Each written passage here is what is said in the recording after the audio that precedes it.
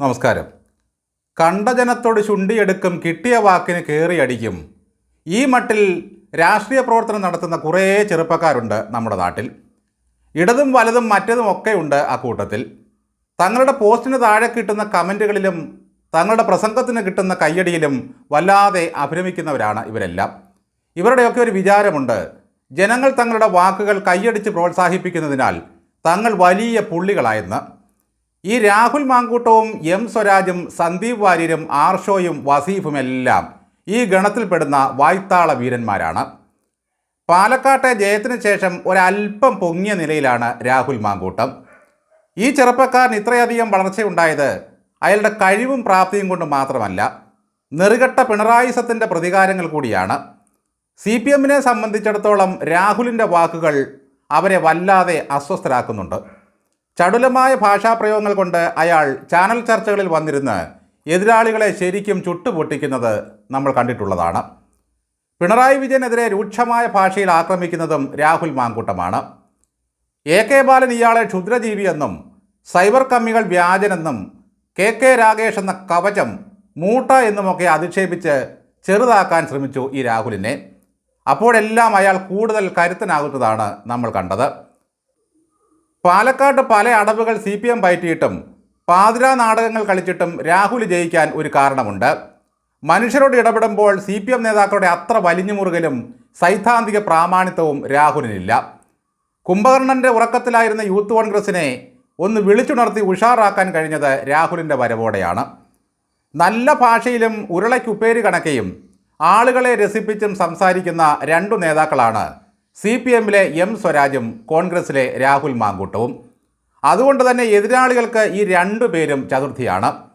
കിട്ടുന്ന അവസരങ്ങളിലെല്ലാം ഇവരെ എതിരാളികൾ എടുത്തിട്ടലക്കിയും ട്രോളിയും അരിശം തീർക്കുന്നതാണ് പതിവ്.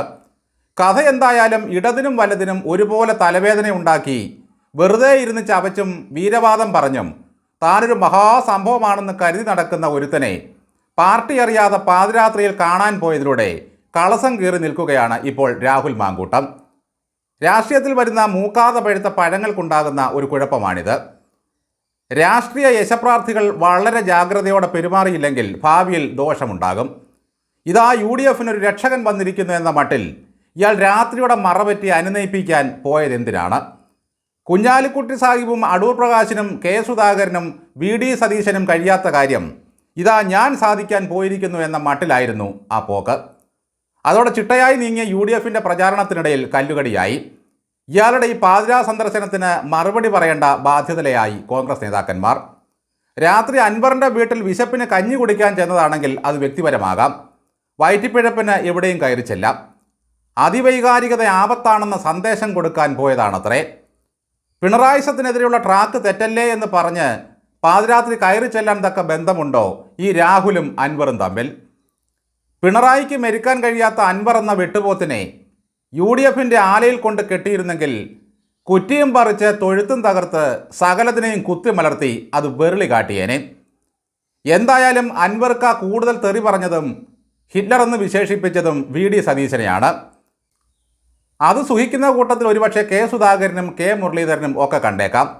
പക്ഷേ ആ ചെറുക്കൻ്റെ പോക്കത്ര ശരിയായില്ല എന്ന് രാഹുലിനോടും കടക്കടാപ്പുറത്തുനിന്ന് അൻവറിനോടും പറയാനുള്ള ആർജവവും മേൽക്കോയ്മയും UDF സതീശനുണ്ടായി എന്നത് നിസ്സാരമായ കാര്യമല്ല.